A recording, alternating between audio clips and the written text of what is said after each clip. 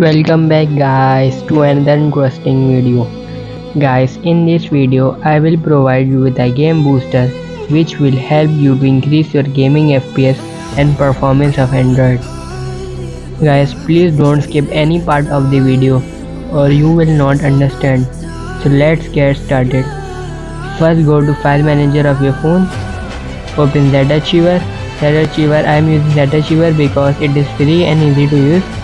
Go to download folder and now then find the game booster, which is you will find the game booster in description. Install it from there. Wait few seconds for installation. It's done. Now go back.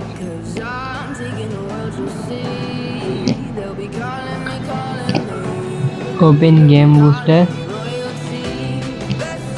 It is asking for permission.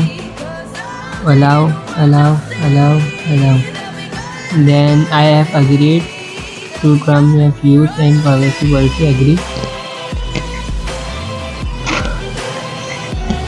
It is started.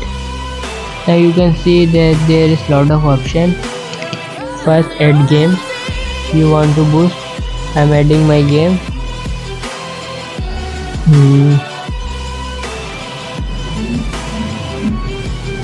Add.